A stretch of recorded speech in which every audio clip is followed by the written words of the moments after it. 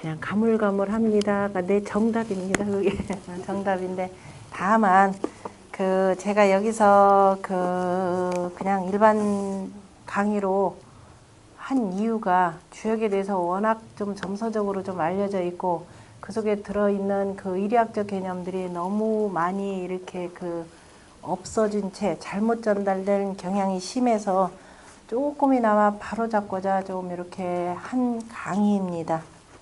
그래서 지금 내년을 상경을 할까 고민을 하기는 했는데 도저히 경을 여기서 하기는 좀 어려울 것 같아요. 그래서 정작 깊이 공부하실 분들은 올해까지 해서 지금 강의는 건곤이라고 하는 주역 전이대전에 근거해서 강의하고 그 다음에 부족한 부분들은 제가 별도의 자료들을 찾아서 아주 상세하게 강의한 것이 지금 우리 동영상에 올라 있습니다. 그래서 그걸 가지고 나머지는 공부를 하시고요. 나중에 뭐 필요한다 그러면 하고 별도로 그냥 우리 유학경의 기초 강의를 좀 더 하는 게 나을 것 같아요. 그래서 다른 걸로 돌렸고 일단은 전체적인 분위기만 쭉 보시는 것이 좋을 듯 싶습니다. 왜냐하면은 여기서 또 강의하려면 별도의 번역한 책이 좀 있어야 돼요. 근데 이걸 다시 또 번역을 해서 본다면은 참 보기가 난삽해요. 왜냐하면 원문을 가지고 공부를 해야 되는데 그래서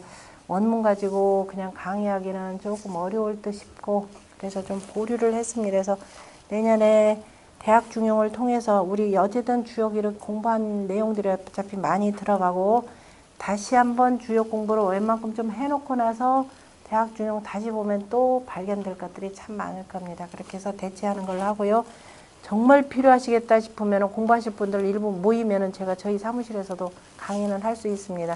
그 정도 열의가 있으시면은 뭐 할 것이고 안 그러면은 그냥 동영상 가지고 공부하시도록 하시고요. 그 다음에 마지막이 지금 우리 잡괴전이라고 하는 것이 있는데요. 이 잡괴전은 이거는 일부 학자들은 야 이거 앞에 있는 뭐냐면은 설괴전 아니 저기죠 서괴전이죠. 서괴전 괴의 순서를 쭉 나열한 것과 그 다음에 이 잡괴전은 공자님이 하신 게 아니다 이렇게 얘기하는 분들이 혹한가다 있습니다. 그러나 이 짜임새의 구성상 또 공자가 아니면은 이렇게 쉽게 쭉 펴기도 어려울 듯 합니다. 그래서 어쨌든 서계전, 잡계전 다 공자의 글로 간주를 하고 그 다음에 잡계전이라 그래서 괴를 아무렇게나 섞어놓은 것이 아니라 주역의 상경, 하경 순서 이제 개수는 30개, 34개 이렇게 되어 있지만은요. 앞에서는 건곤을 시작으로 해서 그 다음에 물괴가 6개가 나오죠. 수지, 비괴, 그 다음에 뭐가 되나요? 술의 둔괴, 그 다음에 산수, 몽괴로부터 해서 수지, 비까지. 그죠? 6개가 전부 다 물괴로 해서 이렇게 들어가는 거죠.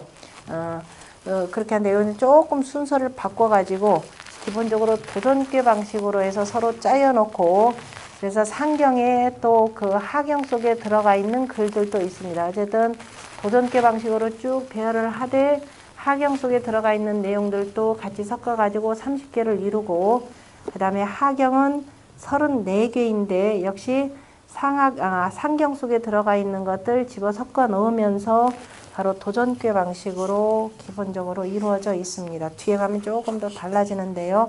그것을 설명한 것이 207쪽에 들어가 있는 잡계전에 대한 여러 학자들의 의견들입니다.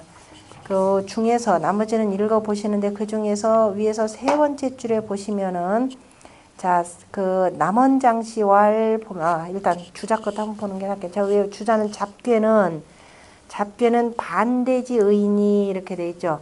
반대의 뜻이라라고 하는 것은 자 우리가 그간 공부했던 세련된 용어로 표현하자면은 뭐다? 도전괴라라는 뜻입니다. 서로 간에 도전했다. 도전괴가 되고 자 이를테면은 우리가 잡괴전에 건곤이 나오고 그 다음에 뭐가 나오냐면은 수지 비괴가 나오던가요? 3번째.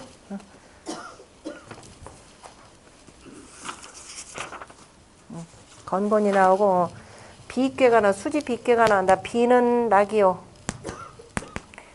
수지 B께 나오면 이거 도전한 게 뭐예요? 도전께는 이렇게 되는 거죠. 물께 그대로 내려오고 이렇게 되니까 이것이 바로 도전께입니다. 이것을 이렇게 뒤집어 놓으면 반대니까 주자는 거기다 반대지의라 이렇게 표현했죠. 반대의 뜻이라, 반대지 괴라, 반대의 뜻이라. 근데 우리가 얘기하는 바로 도전께이고 바로 지시 반복즉. 자, 이것을 뒤집는다면은 길흉 화복 동정 강유가 그죠? 길과 흉, 그 다음에 화와 복, 그 다음에 동과 정, 강과 유가 다 상반하니라. 그렇죠? 만약에 비가 길하다 그러면은 사라고 하는 것은 흉한 거죠. 비는 돕는 것이니까. 그래서 뭐라고 표현하면 즐거움이요. 그 다음에 군사를 쓰는 것은 근심이죠. 그래서 비는 낙이요, 사는 운이라. 이런 식으로 이렇게 표현됐습니다. 이 무슨 소리냐면은 209쪽 한번 보세요. 209쪽에 보면은 가장 굵은 글씨로 되어 있는 거 비락 우사 이렇게 되어 있죠. 자, 사오 이렇게 되어 있죠. 그럼 맨 앞에 있는 강과 거는 순양이니까 강이요, 고는 유요 이렇게 되어 있죠. 그래서 강유, 그 다음에 뭐예요? 길흉 이렇게 되겠죠. 이런 것들이 서로 상반되어 있다라고 이렇게 되어 있습니다. 그러니까 상반된 뜻으로 해서 궤들을 쭉 섞어가면서 한번 본 것이다 이렇게 돼요. 다시 돌아갑니다. 207쪽으로. 그 다음에 그 남원장시왈 보시면 세 번째 줄에 서계는 소위 언역도지 상이요. 앞에서 우리가 지금까지 공부했던 서계전은 바로 역도의 떳떳함을 말한 것이고, 그 다음에 잡괴는 소위 언역도지 변이니 바로 역도의 변함을 말했으니. 그러니까 자, 이 길한데 이 길함을 계속 유지하기 위해서는 늘 바르게 해야 되겠죠. 그러나 그렇지 못하면은 흉함이 되고, 앞에 기재라라고 해서 다 됐다고 손 놓으면은 다시 야금야금 뭐죠? 잘못된 것이 들어오죠. 태평하다 그래서 다 됐다 해서 그냥 왜요? 늘 그냥 방만하게 놀면은 그 다음에 비색한 세상이 오듯이. 그래서 역도의 변함을 말한 것이니 차 고유시였냐니 이것이 진실로 예로부터 이러한 말이 있었는데, 그런데 역도의 변함인데 이런 것들이 있었는데 수부지 역지 잡괴라. 그러나 모름지기 그것이 역의 잡괴라는 것은 알지 못하였느니라. 내연기 계획 반대 각이 유의언지하니 그 계획이 서로 간에 반대하면서 각각이 같은 유로서 공자가 모아가지고 말을 하였으니 그냥 단순히 이것저것 잡동사니로 섞어놓은 것이 아니니라 이 표현입니다. 비잡례라, 잡례니라. 잡지 중이 유 부잡자 존원이라. 그러나 그런 섞은 가운데 속에 또 섞이지 않는 것도 있느니라. 그건 이제 하경에 들어가 보면은 볼 수가 있고요. 임천호 시왈 서계는 상경 30개와 하경 34개를 반대의 관하니. 그래서 서로 간에 도전하면서 보았으니, 그래서 상경은 그렇게 해서 보니까 도전께 쭉 모이면 하나로 합하는 거죠. 그래서 상경은 18개이고 하경은 18개라고 하는 것을 보았습니다. 우리 이미 앞에서 한번 쭉 살펴봤었고, 이 편은 잡괴전은 인기 반대지 우이 불링기 선우지서라. 그래서 반대로 짝 하는 거, 이에 그 반대로 짝 하면서도 그 다음에 선우의 순서는 아니니라 이렇게 표현했죠. 반대를 따라 선우의 순서를 따른 것은 아니니라. 그러니까 반대는 도전궤로서 서로 짝했지 누가 굳이 앞하고 뒤 이런 순서는 따지지 않았다. 다시 말해서 우리가 앞에서 나온 주요 64개의 순서대로 쭉 표현한 것이 아니라 서계전의 순서는 섞었지만은 그러나 도전궤 방식을 취했다라는 뜻입니다. 그러므로 왈 잡기 기의라 하니, 그래서 그 뜻을 섞은 것이라. 그러니까 무차별적으로 섞은 것이 아니라 그 뜻을 섞은 것이라 하니, 즉 이 명 64개 소주지효이 아니라. 이것은 바로 64개가 그 64개에서 소주지효, 그 주장이 되는 효를 가지고 밝혔다 이렇게 되어 있습니다. 그러니까 잡괴전을 통해서 각 괴별로 무엇이 주장이 되는 것인가 라고 하는 것을 한번 살펴볼 수 있는 내용입니다. 나머지는 그 쌍호호 씨는 이 전체를 한번 다 보고 난 뒤에 그 뒤편은 보도록 하겠습니다. 뒤에 문장들은. 그래야 우리가 잡기 전 내용이 어떤 것인지를 알고 정리가 되니까요. 혹시라도 제가 잊어버리면은 마지막에 이거 정리해 달라고 얘기해 주시고요.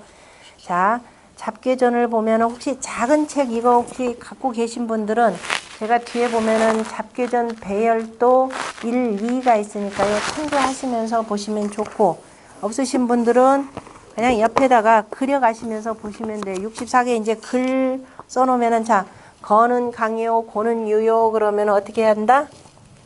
노트 하나 두고 써나가면 되겠죠. 자, 건은 강이요.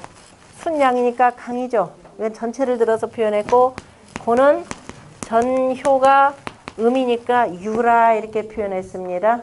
그렇죠? 이제 이른바 그 효의 재질을 가지고 표현한 내용이죠. 그래서 강과 유를 대변하는 것이 바로 건곤쾌이다라고 하는 것을 보여준 내용입니다. 자, 이에 대해서 밑에 임천호 시왈 보면은 64개는 건곤이 순강 순유지 궤이며, 그죠? 건곤은 순강과 순유, 그죠? 순수한 강, 6효가 다 강이고, 고는 6효가 다 유가 되는 궤이며, 강유지 회기, 강요의 회기, 자초, 기, 지, 상이 극 연후에 처음부터 그 다음에 지상, 맨 위에 있는 상육효에까지, 상육 또는 상구에 이르기까지 다 한 연후에 우리가 바로 뭘 볼 수 있다. 아, 이거는 건은 순강이 됨을 알 수가 있고 보고, 곤이 순유가 됨을 볼 수 있느니라. 그렇죠? 밑에서 쭉 다 긁고 난 뒤에. 그러므로 건주 상구요. 그러면은 건을 강이라 표현하고 곤을 유라 표현한 것은 맨 꼭대기까지 가서야 알 수가 있는 거죠. 그래서 지금 임천호 씨는 뭐라고 표현했냐. 건은 상구가 주장하고 곤은 상육이 주장함이라. 이것도 뭐 과연 틀린 말은 아니죠. 쭉 가서 그래서 이제 마지막에 이제 요게 잘 해야 되는 거죠. 그런데 내가 이렇게 해서 순양이다 그랬고는 얼마나 거만 떨어요. 뭐라 그랬던가요? 항룡이라 표현했고 항룡은 유해라 그랬죠. 제일 위에서 지가 여전히 제일 높은 줄 알고 목만 빳빳하게 하니까 하는 족족 뭐야 뉘우칠 일들만 있더라 이렇게 표현한 거죠. 그 다음에 고는 또 뭐라 그랬던가요? 고는 이게 딱 가서 내가 나도 가운데 제일 높은데 야 너 양들 뭐야 하고 양하고 싸움 붙는 거죠. 그죠? 용전우야라 그랬습니다. 그죠? 용이 저 들판에서 싸우니 기혈이 현황이로다라고 하는 그죠? 그래서 이것은 음시 양이라 음이 바로 양을 의심하는 것이라 이렇게 표현하면서 우리 천자문에 나오는 천지현황이라라고 하는 글귀가 나온 것이 바로 여기라고 그랬잖아요. 까먹으셨나요? 천자문 공부하시는 분들도 지금 여기 천자문 공부 안 하신 분들 없잖아요. 그죠? 더군다나 천자문에 맨 첫 번째 나오는 대목인데 그거 잊어버리면 하긴 뭐 잊어버려요. 제가 여기다 오래오래 쓰겠죠. 근데 저도 오래 쓰는 건 재미없습니다. 이건 딴 사람이 그저 넘겨받아가지고 강의를 해야 되는데. 그래서 자 이제 상육이라고 하는 표현. 그래서 이 나름대로 굉장히 의미 있는 표현입니다. 그래서 건고는 육양, 육음지 궤인이 그죠? 6양과 6음의 궤인이 상위 주요, 그죠? 맨 위에 있는 효가 주장이 되고, 그 다음에 택천쾌와 산지박은 오음 오양의 궤인이, 그렇죠? 이거 잘 보세요. 자, 이거는 이렇게 되고, 그 다음에 택천쾌, 그 다음에 산지박, 그러면 여기서 뭐가 누가 된다? 여기는 요게 주장이 된다. 이렇게 표현한 겁니다. 마지막 하고, 그 다음에 네 번째는 뭐가 됐어요? 뇌천대장. 그 다음에 풍지관. 이거는 4개 이렇게 되는 거죠. 계속 그런 방식입니다. 그래서 자, 그 택천쾌와 산지박은 이런 게 나오면 옆에다 자꾸 그림을 그리셔야 됩니다. 쾌를. 그래서 다섯 번째가 되는 효가 주장이 되고, 그 다음에 뇌천대장과 풍지관께는 사양 사음지 궤인이 역시 네 번째가 주장이 되고, 말은 이렇게 하면 그 다음에 이제 우리가 주역 공부를 했다 그러면은 효에 들어가서 효 사이는 여기서 뭐라고 했는지를 한번 찾아보셔야 되는 겁니다. 그 다음에 비괴와 택괴는 뭐예요? 비께와 태는 자, 삼량이죠. 하나, 둘, 셋. 천지, 비, 아니, 수지, 뭐죠? 지천태, 지천태. 그 다음에 천지, 비가 되니까 요게 각자 여기가 주장이 되고, 그 다음에 두 개가 되는 것은 뭐예요? 지택님이요. 그죠? 지택님이요. 그 다음에 산지, 지산겸이죠. 아니, 맞나요? 저런. 음이 하나, 둘, 셋, 넷, 요렇게 들어가는 거죠. 천산돈이죠. 그래서 이게 주장이 되고, 그 다음에 하나가 되는 것은 지뢰, 복개니까 당연히 이게 주요가 되고, 바로 천풍국괴, 요게 주요가 되는 거죠. 실제적으로 구다라고 하는 것은 바로 음이 비로소 양을 만나는 것이요. 이것은 이제 양이 하나 회복된다. 다 이렇게 표현했었죠. 그래서 이렇게 주장이 된다라고 하는 것을 들어서 내 말이 맞지 않느냐라고 해서 설득한 내용입니다. 그래서 지뢰복과 천풍국괴는 일름일량지 괴니 초이주하니 차 12괴 주효는 그죠? 이 12개 괴의 주효는 여술과 동하니라. 여러 학자들이 의견이 다 같으니라 이렇게 표현했습니다. 이거 전부 뭐에 해당되는 거? 12개? 12대 괴이기도 하죠. 그죠? 괴상으로 보자면은 12대 괴 이렇게 되면 서로 간에 뭐에 대척점에 있는 거죠. 둘이. 뭔 소린지 알죠? 대척점이다 그러면 자 여기가 뭐예요? 여기가 괴가 되는 거죠. 가운데 여기가 되는 거죠. 반대가 되면은 요게 이렇게 오는 거죠.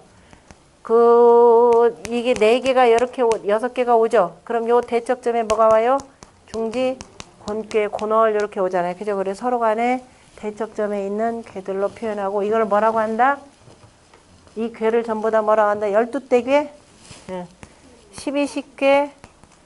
12식괴라고도 표현을 하는데 어떤 사람들은 또 유식하게 에이 그거 뭐 뻔한 얘기인데 뭐라고 그래요?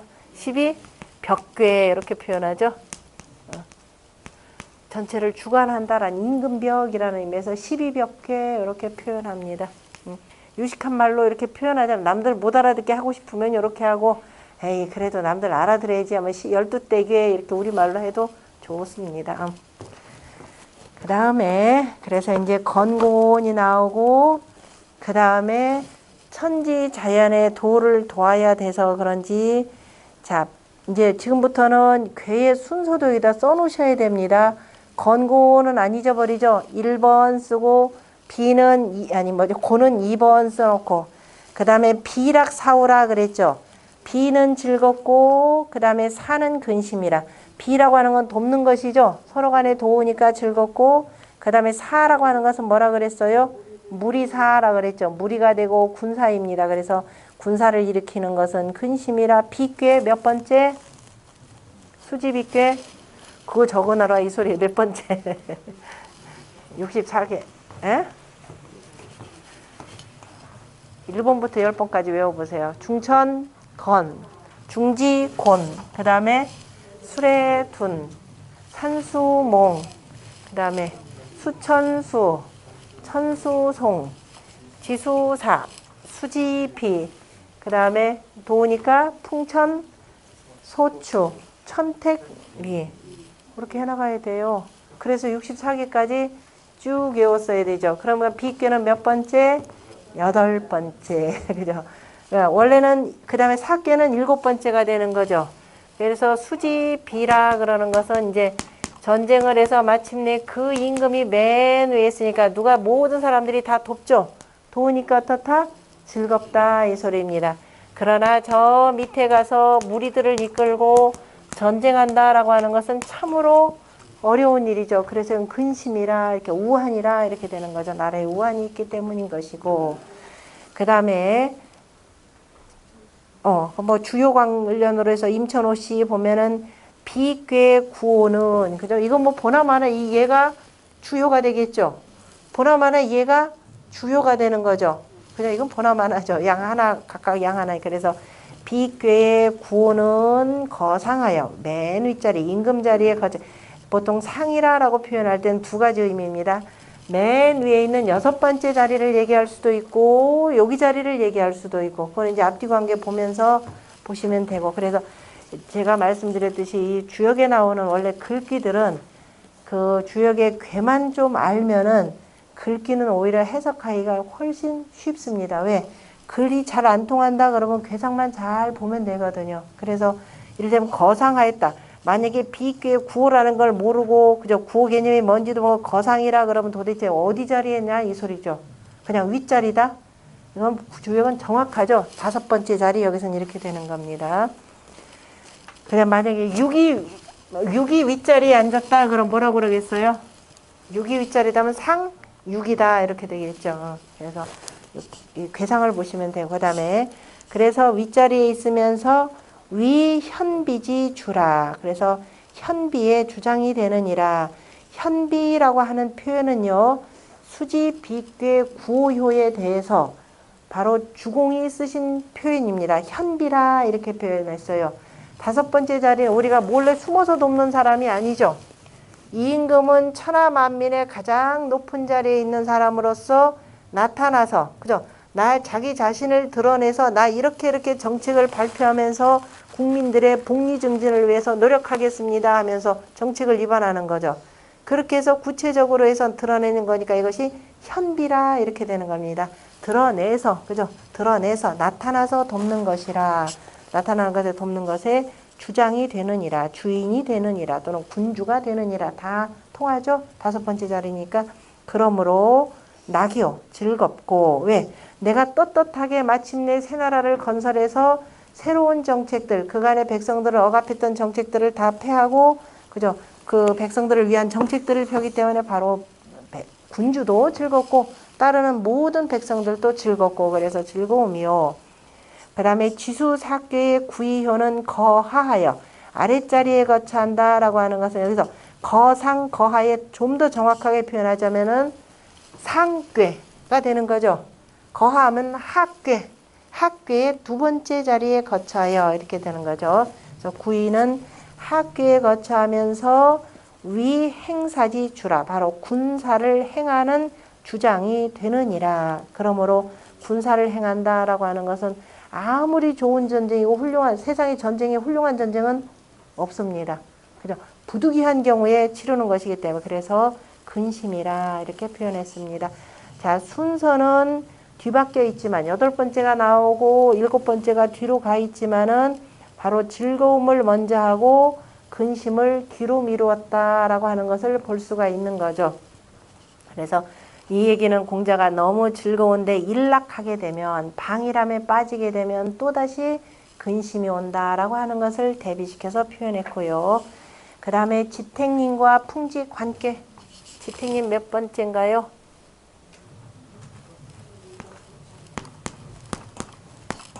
지택님. 이거 도전하면은 뭐가 돼요? 음이 밑에서 하나 둘 셋 넷 이렇게 되겠죠. 풍지관. 지택님. 왜 임한다 그랬죠?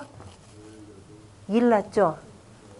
삼풍 곱게가 있었죠. 고 좀 먹었다라고 하는 것 일이 이미 벌어졌으니까 이걸 고쳐 뭐 무슨 일인가 하고 가서 봐야 되잖아요. 그래서 임했다라는 겁니다. 지택님께가 있고 그 다음에 이제 임하여서 봐야 되는 거죠. 도대체 무슨 일이 얼마나 벌어졌는지. 그래서 지택님께와 풍지관계 19번째 20번째입니다. 왜 임했느냐? 앞에서 일났죠? 앞에 일났다는 게 뭐예요? 삼풍곡괴. 그죠? 좀 먹어 들어가. 세상이 다 이게 좀 먹고 썩어 들어갔으니까 현이 도대체 무슨 일인가 하고서는 위에 있는 이 유순중정한, 그죠? 이렇게 되죠. 유순중정한 임금의 명을 받아서 바로 뭐예요? 중강한 군자가 밑으로 내려와서 보는 겁니다. 만약에 중강하지 못하면은 밑에 못 내려오죠? 내려와서 백성들 살림살이가 어떤지 가까이에 다다라서 임해서 본다 이 소리입니다. 그래서 비관지의는 혹여혹구라 그랬습니다. 혹 주기도 하고 혹 구하기도 한다. 여자는 더분다라는 뜻도 되면 준다라는 뜻이기도 합니다. 자, 임하여서 백성들의 생활이 피폐해지면은 바로 뭐예요? 지금 여기서 이렇게 주기도 하고 그런데 위에 나라의 국가는 비었으니까 또 뭐 위에다 주기도 하고 그 다음에 구하기도 한다.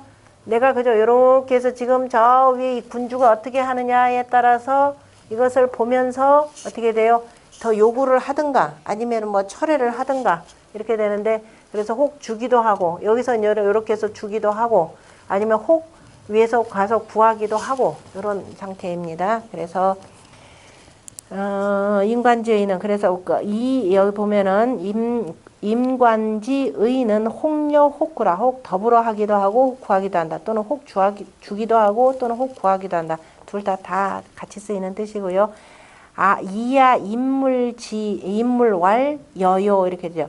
나로서, 그죠? 다시 말해 내가 저 물건에 가까이 가는 건 내 물건이다라는 건 다른 사람 이런 뜻이에요. 내가 저 사람들에게, 그죠? 저 사람들에게 임하는 거니까 뭐다? 더분다 이런 뜻으로, 그래서 일차적인 뜻입니다. 그래서 더부는 것이고, 물건이 와서 나를 보는 것은 구하는 것이라 이렇게 되는 거죠. 그러니까 물건이 와서 나를 보한다라는 것은 아래에 있는 백성이, 그죠?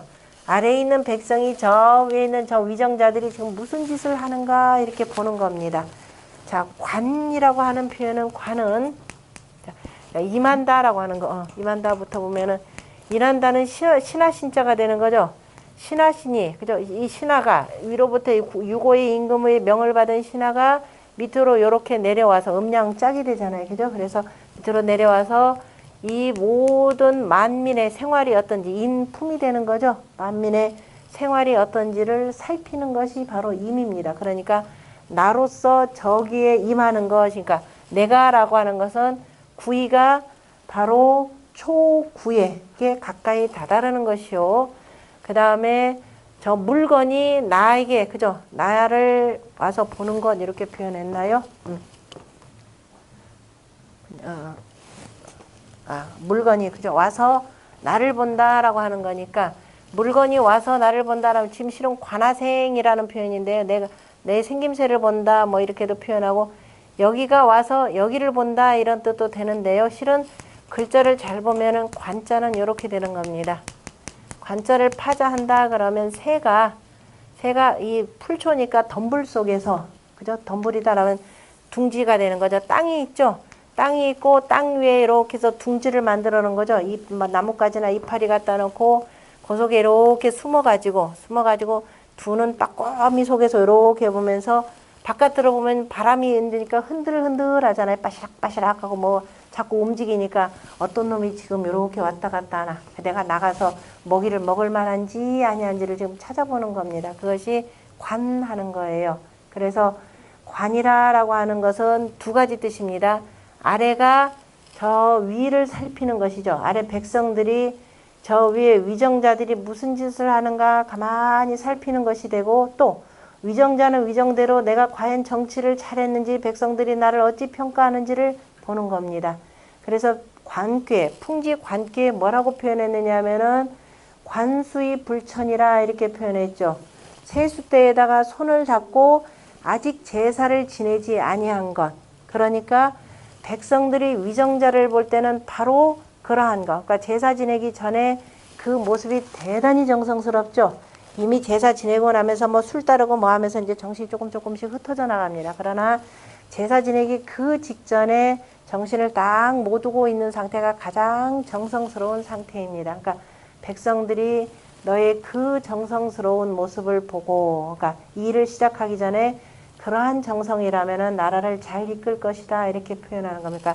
관이다라는 것은 아래가 위를 보기도 하고 위가 아래를 보는 것 두 가지 다인데요. 지금 여기에서 임천호 씨가 표현한 말은 뭐로 되어 있느냐면은 물내 관아라 그랬죠.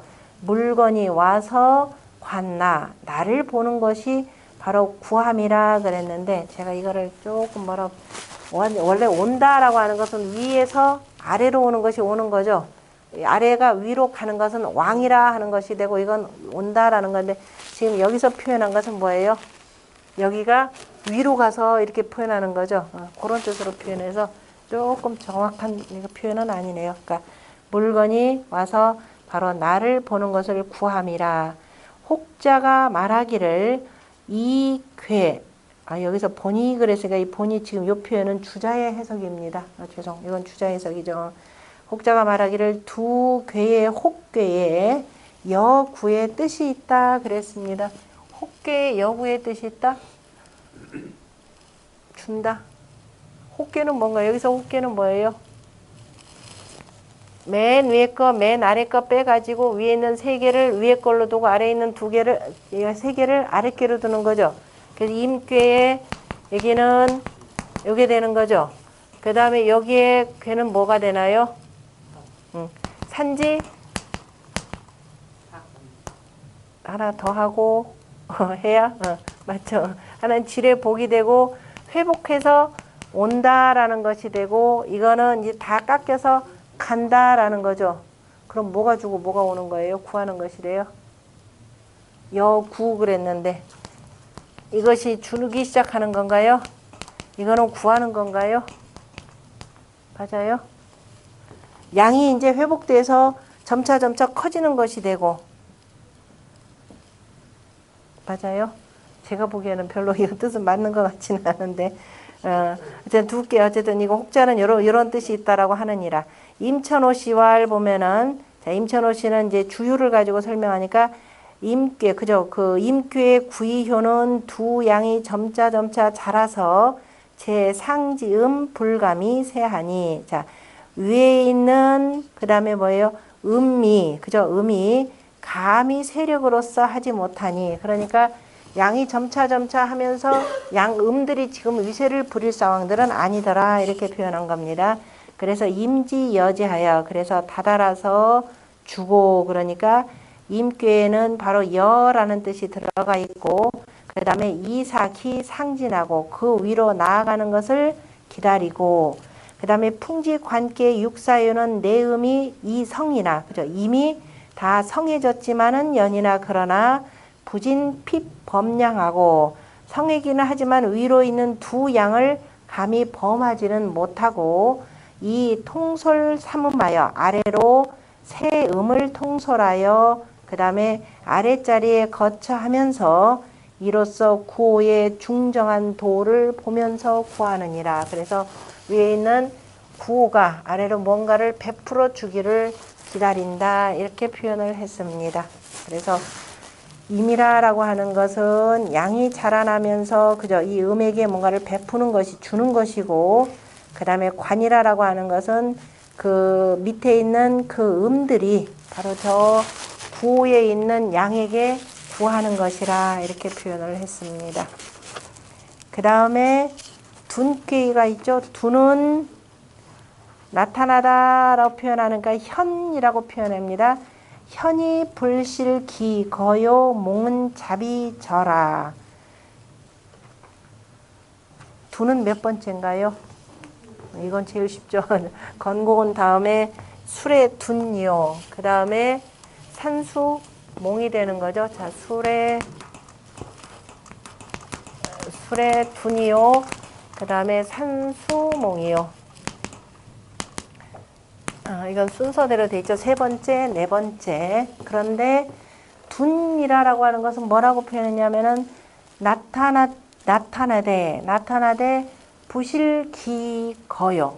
그 거처를 잃지 아니하고 그 다음에 몽은 섞여서 드러났다 이렇게 표현했는데 나타나되 그 곳을 잃지 않고라고 하는 건 나타났다라고 하는 건 바깥으로 드러나 있죠. 그러면은 이거는 양이 속에 숨겨져 있는 거죠. 그러니까 바깥으로 나타나되 그 곳을 잃지 않는다라고 하는 것은 우리 아까 무슨 궤에서 수화기재궤에서 그죠? 수화기재궤에서 뭐라고 했냐면 강이 가운데 했지만은 뭐라 그랬어요? 두 음 속에 빠져 있다. 그래서 종란이라 그랬죠. 기억하시나요? 자, 수화기재궤는 처음은 길고 나중은 어지럽다. 이렇게 초길 종란이라 그랬습니다. 다른 데 같으면은 이 어두운 가운데에서도 양이 가운데에서 강건중정하게 있기 때문에 우리가 지극한 정성이라 이런 말로 이렇게 표현하는데요. 그러나 이미 다 자리를 하였기 때문에 그래서 다 자리하고 다 됐다라고 했지만 그러나 안으로는 유가 중을 얻어서 밝음을 잃지 않지만은, 그래서 처음은 길하지만은 나중에는 어지럽다라고 하는 것이 양이 이미 다 됐다. 그래서 이 강한, 그죠? 이 중정한 임금이 속에 빠져가지고 정신을 못 차리는 상태라 이렇게 표현했습니다. 그렇지만은 대부분의 곤꾀에 대해서, 아니, 이 감꾀, 대부분의 감꾀에 대해서는 요거를 강양중정하다 이렇게 표현을 해요. 그죠? 양이면서도, 자, 이 속에 있으면서도 그 양을 잃지 아니했다. 그러니까 거기서도 두는 현이 나타나서 부실기위라 그랬죠. 그 위를 잃지 않았다. 바깥으로 군주가 되어서 강량중정함을 잃지 아니했다. 이렇게 표현한 겁니다. 그것이 그래서 현이 부실기거요. 여기서 거처라 이렇게 표현했네요. 그 거처를, 그러니까 그 위라는 개념이죠. 그 거처를 잃지 아니했고, 몽이라라고 하는 것은 잡이 저라 그랬네. 섞였다라고 하는 것은 여기 속에 양이 있고 또 양속 더 위에 있는 저 지금 양을 이렇게 표현을 한 건데요. 기본적으로 밑에 있는 섞여서 드러남이라니까 역시 드러났다라는 저 위에 있는 것을 표현하네요. 그 두 개에 대해서 그 밑에 보면은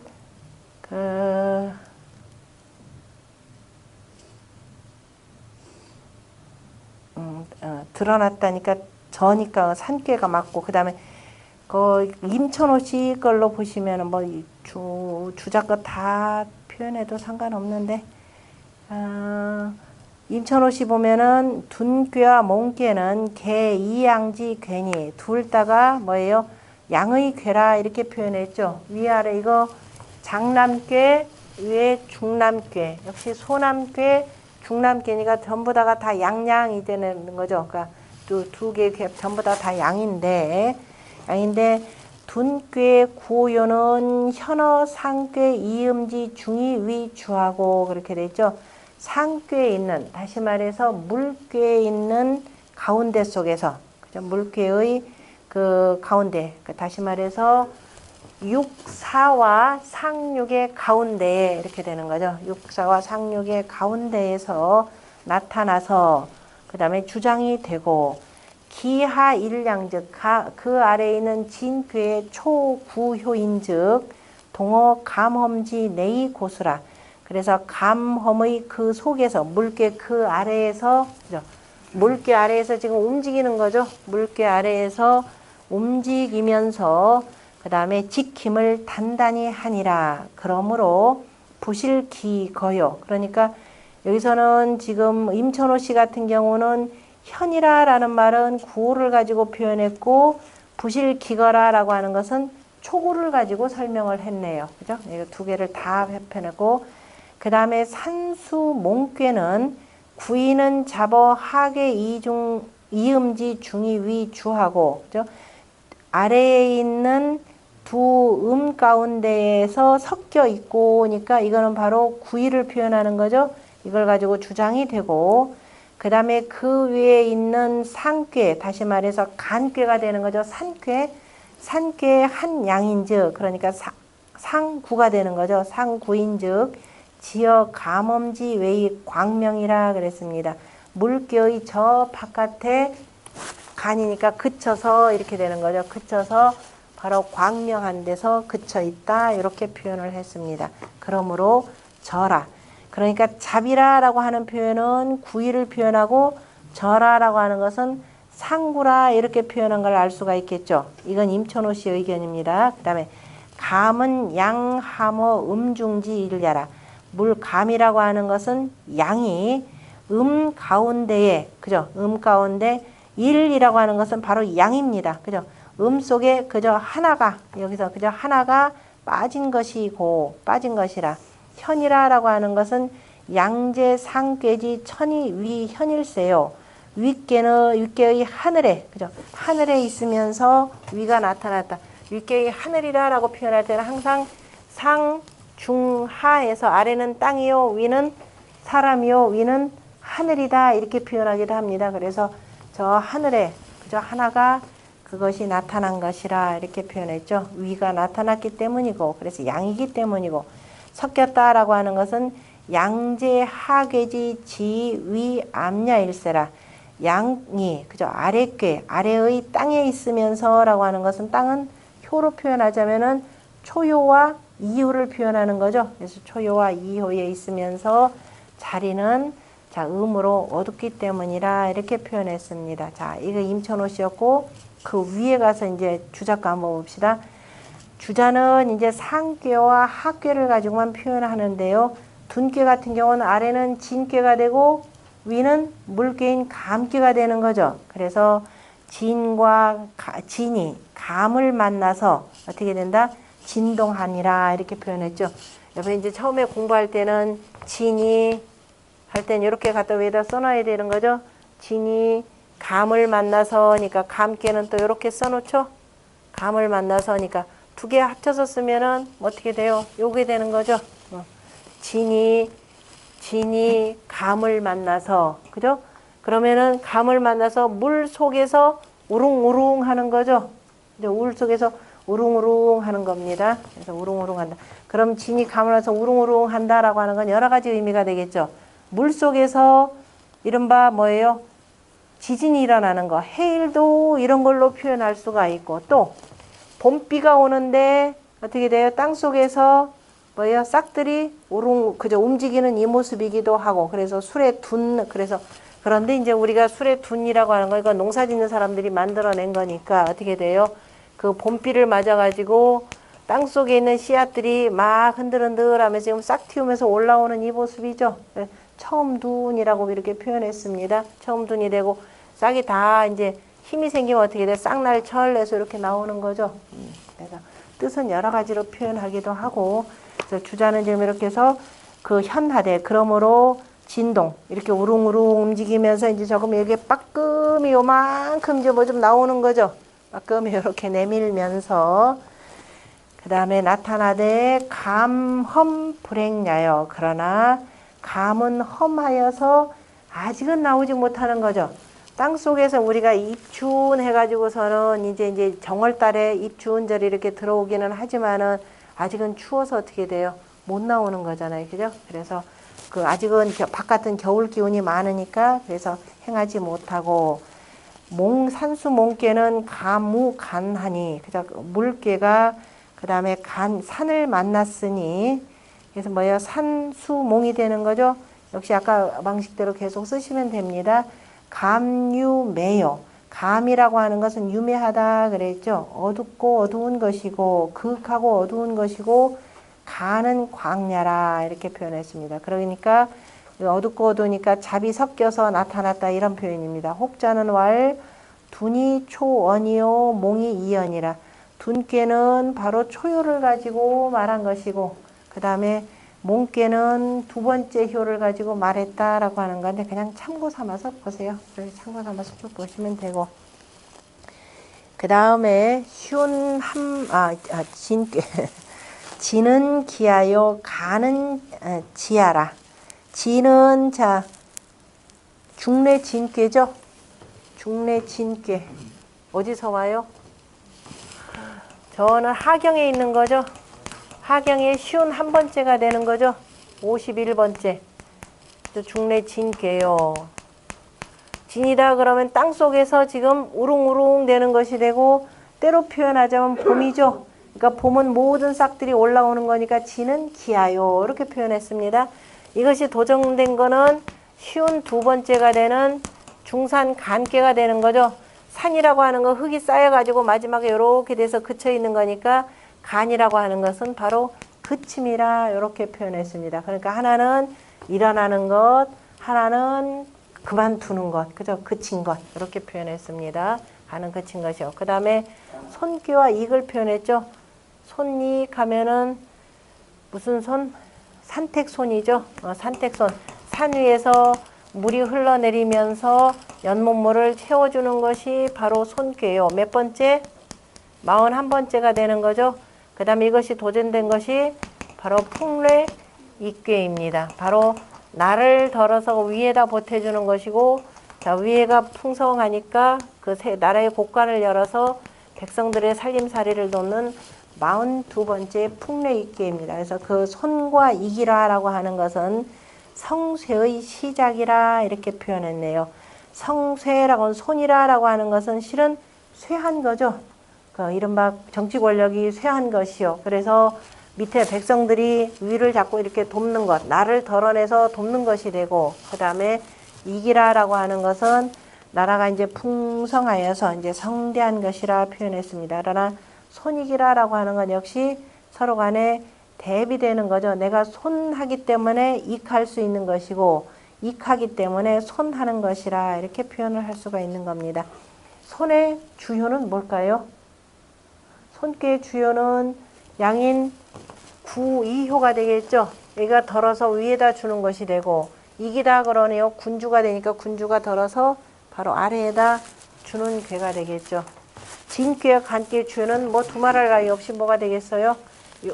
초효 하고 이거는 간은 가만히 역시 9, 3 이렇게 되겠죠. 9, 3이 되고 간괴의 주효가 될 것이고, 그 다음에 대축은 시하요 무망은 제하라. 대축은 몇 번째? 대축은 떼이고 산천대축 쉬운 26번째가 되는 거죠. 산천대축. 그래서 이렇게 그쳐 있고 산천대축. 그 다음에 뭐라고요? 천례무망. 천례무망에서 이것이 25번째가 되죠. 자, 맞나요? 무망하고, 그 다음에 요거는 대축 26번째, 27번째는 살례이익괴가 되는 거죠. 살례이익괴가 되고, 이는 그래서 대축하는 것이 되고, 태풍 대과가 되는 거죠. 쌓였으니까. 대축이라고 하는 것은 그 때가 있어야 되는 크게 그친다라는 그칠 축자입니다. 그래서 크게 그치는 것은 그 때가 있는 것이고, 무망이라고 하는 것은 내가 망령됨이 없는데도 생기는 병. 그래서 이거는 재앙이라 이렇게 표현했는데요. 왜 재앙이냐면은 나는 아무런 망령됨이 없는데 바깥으로 뭐가 오는 거죠. 그래서 무망재앙이라고 하는 것. 그에 대해서 대축이라고 하는 것은 위가 산괴가 되니까 지라는 말로 주자가 표현했죠. 그 다음 아래는 하늘괴니까 건이라 표현했습니다. 그래서 지, 건이라고 하는 건, 그죠? 그쳐서 굳세다라고 하는 것은 아무 때나 그럴 수가 있는 것이 아니라 때가 그러한 것이고, 그러니까 무망하기 때문에 크게 그칠 수가 있는 것이고, 그런데 무망하면서 재앙이 있다라고 하는 것은 나로부터 비롯된 것이 아니라 바깥으로부터. 재라고 하는 것은 뭐예요? 수재, 화재가 되는 거죠. 그래서 물과 그 다음에 내천자니, 내천자의 원글자죠. 물과 바로 불의 재앙. 그래서 바깥으로부터 오는 것이라. 그러니까 중요한 것은, 자, 이제 대축이라 우리가 크게 쌓아놓은 것이 있으면은 바깥으로부터 오는 재앙이 있다 하더라도 충분히 막아낼 수가 있죠. 그것이 우리가 요순시대 때 맞이했던 바로 9년 홍수의 시기입니다. 그래서 오히려 그 9년 홍수를 잘 다스려서, 왜 요임금과 같은 그러한 덕 있는 임금님이 내가 나이 80이 되었으니까 이제 이거 제대로 빠릿빠릿하지 못하니까 젊고 유능한 사람, 그것이 신분 고하를 막론하고 구하라 그랬더니, 그래서 순임금을 발탁해서 쓰잖아요. 그래서 국가의 비상시기에 연세 드신 분들 안 쓰시고 아주 젊고, 그죠? 이렇게 유능하면서 사람들로부터 신망이 받는 젊은 사람, 순임금이죠? 순임금을 섭정을 맡겨놨습니다. 그러니까 이제 기득권 세력을 누지면서 계속 뭐 이렇게 트집 잡는 세력들 다 제거하죠. 그것이 사흉을 제거했다라는 겁니다. 그러면서 그러한 그 국민들의, 백성들의 신뢰를 바탕으로 해서 이루어지는 것이 바로 치수 사업입니다. 그만한 그 대축한 그 대축에 뭐라고 하냐면, 공자가 군자에 뭐라 그랬어? 일신기덕이라 그랬죠. 날로 그 덕을 새롭게 한다 그랬습니다. 그 일신했던 그 덕이 없었더라면은 그 다음에 뭐예요? 9년 홍수를 다스릴 수가 없는 겁니다. 그래서 자, 이 그 무망한 가운데 망령됨이 없어야, 그죠? 망령됨이 없는 가운데 대축했고, 그러기 때문에 그러한 재앙이 몰려오더라도 어떻게 된다? 충분히 다 막더라. 그러나 그러지 못하면은 어떻게 된다? 결코 막을 수가 없고, 나라 절단나고 권력 무너지고 하는 것은 뭐 불보듯 뻔한 일이 되겠죠. 그래서 무망이 재앙이라라는 것이 아니라, 그냥 무망한 가운데에서도 우리가 예기치 못하게 생기는 재앙들이 있더라라는 겁니다. 그러면은 요거를 막기 위해서는 어떻게 해야 된다? 그 다음에 우리가 크게 내적으로 덕을 쌓아둬야 된다라는 일신기덕이라는 것이 중요하겠죠. 오늘은 여기까지 하고요. 다음 시간에는